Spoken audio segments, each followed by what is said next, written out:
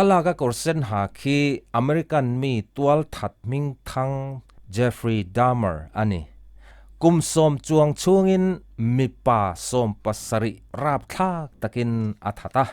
atha te zinga hian kum tlinglo mi patlei rol pakhat po atel bok atha te zinga atam zok hi sex aman puya chumai baka atha te sa an tak sabung peng then khat te po a ei bok kum som chunga atwal thana hi tu man an hrelo Jeffrey Dahmer twal thana an chui chhuah theina chan chu hei hi ani kum som thum pani mi patuai Edward an ti chu Jeffrey Dahmer hian ina ruaya ti chuan athat don tak ngia la a hriat awangin a thei patop chuin atlan chuak theita a ti chuan police nena a hrila police ta chu Jeffrey Dahmer ina chuan an local ta a an rin lo takin mithi thalak ta chu an muta a chu ta tang chuan Jeffrey Dahmer tual tha na hi an chui chuak theita ani Jeffrey Dahmer vur boma chuan mithilu pathum le tak sabung peng chi rang te an mu a atha tak te ruang ti chen na tura aman ni om tak chemical tuite po an mobok Jeffrey Dahmer chanchin hi leminan changa chu Netflix a ti chu ani a en tu an tam hle soisel tu po an tam bok rap thak taka mi som pasari thattu Jeffrey Dahmer hi America rama ro rel tulian chuan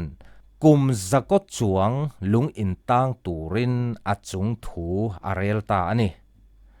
chutia lungina a umlai chuan arin na tidang lam tu tur thil thleng kha alo omta ani pakhat chu Jeffrey Dahmer pa hian afapa lung intang hi avakan thina te chuan Christian le khabu thil siam chungchang thu Christian Science chiar tirta a Jeffrey Dahmer chuan apa pek le khabu thil siam chungchang thu chungun taka a chiar nu chuan a in nga na tin evolution theory chu science atanga fin fia thailo mi ring te ngai dan dik lawani ti aron hrechuak ta a leile van hi siam tu omlo chuan ama ngotaron omani thailo the Lord Jesus Christ is the true creator of the heavens and the earth. It just didn't just happen, and I have accepted him as my Lord and Savior, and I've since come to believe that the Lord Jesus Christ is truly God, the Father, the Son, and the Holy Spirit. They're the only true God. Isua Krista hi leile van siam tu pathian dik takani ti alo hrechuak ta a Isua chu kalan le chandam tua karing ta a kapom ta a Isua Krista hi pathian dik tak pa fa pa le tharau thiang lim hi pathian dik takani ti karing ti in Jeffrey Dahmer hian arin na apuang chuakani Jeffrey Dahmer hian baptisma chana du thu tan ina pathian rong bol tu nena chuan arhila ani chuan Christian minister Roy Ratcliffe chu arhil ta a te chuan minister Roy Ratcliffe chuan Jeffrey Dahmer rin na chu atak nge alem ti fin fianan kartin Bible zir puina hun engemo zat anei puya Minister Ratcliffe chuan Jeffrey Dahmer rin na hi adik ni ina ria a ti chuan baptisma apeta ani Rorel na ina Jeffrey Dahmer tu soi nunung berthen khatte longai thalokang tuna chuan ka hrisel na athaloti ka ringta doctor ten ka hrisel na athaloti min thril thlamuan na eng emochen ka nei poilian tak ka khoi ti ka in thria ka poi khoi hi sut le tumin eng po ti ila asot to lo I feel so bad for what I did to those poor families, and I understand their rightful hate. Kapoi khoya wanga mithi chung ta chunga ril runat na em ka thlen hi poi ka titak setani min huat na po hi ka hrethiam I know I will be in prison for the rest of my life. I know that I will have to turn to God to help me get through each day. Thank God there will be no more harm that I can do. I believe that only the Lord Jesus Christ can save me from my sins. Dam chung lung in tang tur kani ti ka hria นี้ตินกับปลตังไทยนานมินปุยตูระปัทเทียนละมะก็หอยอ่างติกะเรียตูน่าจวนมีดังตานทิลปอยก็ข่อยโตไงละวังปัทเทียนจงอะกะโลมาละลิสัวคริสตาจะวินกะสวลละกะตามินฉันดำไทยังติกะริงอติเจฟฟรีย์ดัมเมอร์ฮีอเปียงทาร์ตักตะเข็มติเอโรจูจิบเจียร์ตะกะสวยน่าเอามเลววางินไกปนกระเจียงละวะอามาจงกำเละอามาบัพติสมาเปตูอามาเนี่ยนะไบเบิลซิรดูนตูคริสเตียนมินิสเตอร์จงกำอาจังฮิจวนเจฟฟรีย์ดัมเมอร์เฮียนอาสวลนัตเตอฟางอินชีร์ตักตักินอิสุคริสตาจุลเละฉันดำตัวอาริงตักตักติอารินอมMinister Radcliffe hian Jeffrey Dahmer hi baptisma apek nu in cholkar tin Bible zirpuina anei chun zom zela nikhat chu tan in chunga biak ina an in khom ban nu in lung in tang ve tho mi pakhat chuan Jeffrey Dahmer chu tha tumin a ngonga thil zumin a chun ta zot maya ma se Jeffrey Dahmer chu thilovin adam chuak le ta a lung ina atan pui te chu Krista chanchin tha hrila adam chung hun manzel adu thu asoi anti baptisma achan nu athlasari na chuan lung in tang midang pakhat chuan tha tumin avua a chu alua avuak na chu tuar lovin Jeffrey Dahmer chu athita ani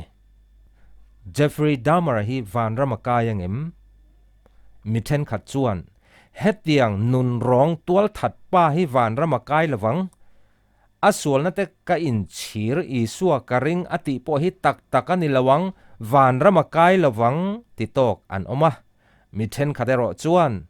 aswal na te hi a in chir tak taka isua krista chulale chandam tua aring tak takani chuwang chuan van ramakai nge yang ti po an ombokani nangte engtin nge ingai tual that pa Jeffrey Dahmer hi van ramakai ringem nangte van ramikai in ringem Bible hian pathianin angai dam thei sual tele angai dam thei mia lo sual min thrila chu enila van ram kai tu le kai lo tu te chu kan hre thei ma na marka bungthum chang somni priya le somni pakwana lali suan ti tak mevin ka khila cheu mi hring fa te hi an sual na zong zonga le pathian an soi chiat na kong enga po an soi chiat na te chuan ngai dam an ni ang tu po tharau thiang lim meu soi chiaro chuan engtika ma ngai dam na a mulawanga chatuan sual na konga chuan thiam lovin a omzo kang ati a marka bungthum chang som ni pariata hian lali suan ngai dam thei sualte min thrila chang som ni pakwana ero hi chuan ngai dam thei mia lo sual pakhat cha min thrilani lali suana asoi sual ngai dam thei lo pakhat chau chu enge ni le tharau thiang lim soi chiat na sual tharau thiang lim soi chiat na ti chu enge ni ang le mithen khat chuan tong hriat lo eng nam tong ma ni lo chiar ve mai te tluk na tharau te lum na tharau te khur na tharau te hi tharau thiang lim na tho ani lo ve ti kan soi hian tharau thiang lim a soi chia min ti thin lali suan marka bungthum chang som ni pakwa tharau thiang lim soi chia ati hi tunlai Christian in ti mithen khat te chiri na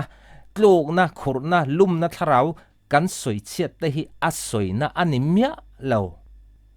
iswa zirtir na pathian thu takria a tharau thiang lim thil ti theina iswa thil mak ti te muto si a iswa churam huai zola pu tu te kha ani lali suan tharau thiang lim soi chia ati te chu ka soinon le don iswan tharau thiang lim soi chia ati chu ama isua Krista hi sual nei hring fa te chandam tura local mesia ani ti tharau thiang lim kal tlanga apuan chuana Bible thu tak hreto si a Isu Krista chu za lo le tham lo taka soi chia a chandam tu a ring du lo te hi ani tharau thiang lim soi chetu ngai dam thei lo sual ti tu te chu ani chuan Jeffrey Dahmer sual na te kha ngai dam thei lo sual lal isuan ati zinga hian atelem tel lo Jeffrey Dahmer in chir na le isua ka ring ati kha atakani chuan asual na te hi tam hle ma sela asual na kha lian hle ma sela isua Christian angai dam thei tual tha na ui re na lep ruk na dot soi na le pathian dan bo chian na reng reng hi rem mun tlak na sual anifek amai ro chu mitin ta na chan chin thalom em Bible a Krista chan chin tha chu hei hi ani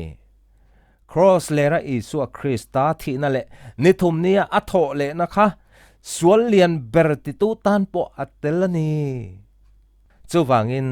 tua li lo that to thi na ni po in Krista khongai na zara sual ngai dam na I chang thei ui re te no chi zuar te KS te number 4 le rui hlo ngai te ruk ru te suam mang te pon Krista khongai na zara sual ngai dam na an chang thei ti hi Krista chan chin tha mitin ta na puan chua tura Kristan ko ran te mo phurna apek chu ani mi then khat chuan ka lo sual rei to sia ka sual na la alian sia pathian pon min ngai dam thei do nem ni in ti mai thei lalei suan mi fel takte lam tura local kanilawa mi sual te lama sim tir tura local kanizok ati luka bunga chang somthum panni isuarin kadu thil sual kati te po hi sim kadu katum thin ma se ka thei lo iti mai thei I thei lo wang tak khana lom isuan misual telama sim tir tura local kanizok ati ni kasim thei lo ti chuan lama wang khan isuan ena in hlat tol tur khan isuan hena ta tlan chua tumsu anena tlan lu zoro I thei lo zia idin mun dik tak khariala sim tir tu tur che isuan hena tlan lut mai ro Zoana bungruk chang somthum pasaria isuan tu po ka hena local chu ka not chuak top lowang ati isuan do ta soi ngai lo isuan do ta soi thei bok lo tual tha na le sual chi rang ti tu chuan athil sual ti ta chu pathian dan bo chiat na sual ani ti hria thil sual ati thin te chu hoisana sim tura Krista nen pana Krista chulal le chandam tua ring chuan Krista thutiam angin sual ngai damna an chang ti Bible nge hian voitam tak min rilani chumi zinga mi pakhat chanchin karon soi lokange tir ko pola kha Isua Krista ring tu ani ma khan Judasa ko ruai tu Pharisai pakhatani Isua le anung zui tu te hi a ho ema tan ina te akhunga amana angai sathin Stefana lunga anden hlum chung chang thua khan a in nam noya tual that tu zinga pola hi atelve Damaska khwa ring tu te mana lung ina khunga ngai satura akal mek lain Damaska daibula khan isuan wana tanga aro puina engnen abiak nuwa ero khachuan isua chu chandam tu mesia ani ti alo reta a lalle chandam tua apomta a Isua Krista tir ko tangkai tak alo ni ta ani tir ko pola chuan Kristana achunga aza ngai nakha asual zong angai dam na chan chu ama anga sual lian tak ti tu te Kristan angai dam thayani ti ataka alan tir nana ni ti in Timothea thon khat bung khat chang som pangale som proga hian ti hian soyani Krista Isua chumi sual te chandam turin khovela hian a local ti hi arin omin apom tlak emani anzinga misual berkani hi nima sela hemi awang hian ani zangai nakamu ni Isua Krista chuan misual berkeima hian ado theizia zong alan tir theinan tuna china chatuana nunna mutura ama laring turte ko mu na turin tual tha na le thil sual dang te po lo ti to thin te chu Isua Christian angai dam theiani ti ataka alan tirnan tual tha na le sual dang te po lo ti to thin solani thin pola lo ni ta chunga a khongai na alan tir na kha ataka voina nang le ke tual tha na te sual na chirang rang te ti thin te hi Isua Christian min ngai dam theiani ti ataka alan tir na ani chawangin chuan lam tur danga omlo Isua Christa nen panro cross a Isua thi na le thi na nia tho le na kha misual ber nang le ke tan pu ani chawangin kasim du alom ka ring du alom ka ti thei lawa ti kha chuan lama nei to su Isua Christa nen atlan chu tum su anena tlan lu jok Isual ta sim tura Isua nen pana Isua Christa chula le chandam tua ipom chuan Isual na zong ta chu angai damang chenga athu zom thaina thin lung thar ape angche chatua na nun na nen chawangin Isual te kha simidu chuan sim tir thei tu Isua Christa nen panro o lalpa kasim thailo idan bo che in sual tam takalo ti to thin sim ka tum thin ma se ka thailo cross ka sual man bat zong min tlak saka wangin ka lo me voini thenga inen pan thei tura min buat se wangin ka lo me heng sual te idu lo zong te hi ka ti le don ai chuan idu du in min siam tharo kalal le ka chandam tu ini ti in Krista chu awla anena tlurudro to po kanena lo kala piang chu kan not chuak top lawang ti athu tiama omani lalpan athu kan satan mal somro se